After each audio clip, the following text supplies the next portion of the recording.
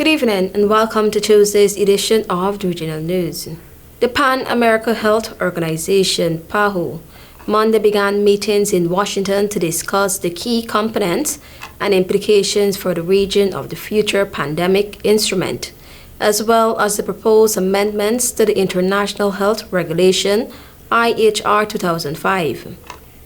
PAHO said that a meeting this week, which are being attended by officials from its 35 member states, including those in the Caribbean, is aimed at sharing information, promote better understanding, and facilitate consensus. It said both processes are driven and led by World Health Organization, WHO, who seek to ensure that the health, social, and economic impact of the COVID-19 pandemic is not repeated, and that the world is better prepared to prevent or respond to future pandemics through increased collaboration, exchange, and high-level political commitment.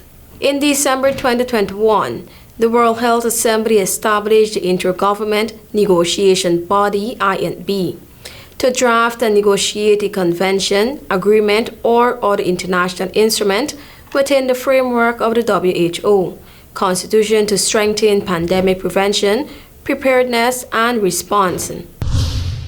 Prime Minister Mia Mottley was awarded one of Venezuela's top honors. The Order of Liberators of Venezuela First Class was conferred by President Nicolas Maduro. The two leaders also engaged in bilateral talks, after which the two agreements were signed by Minister of Foreign Affairs Kerry Simons, who is part of the official delegation.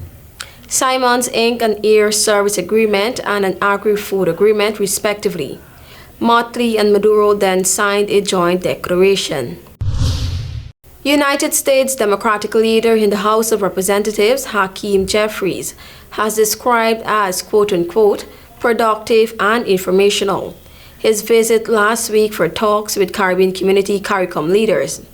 Jeffries led a bipartisan congressional delegation to Porto, Spain, and in a statement said that the delegation discussed, quote-unquote, pressing economic and geopolitical issues in the Caribbean and reaffirmed that a strong partnership between the United States and our neighbors. Jeffries, who represents the largely Caribbean 8th Congressional District in New York, said the delegation also joined U.S. Secretary of State Antony Blinken to build on the historic partnership reignited by the Biden-Harris administration.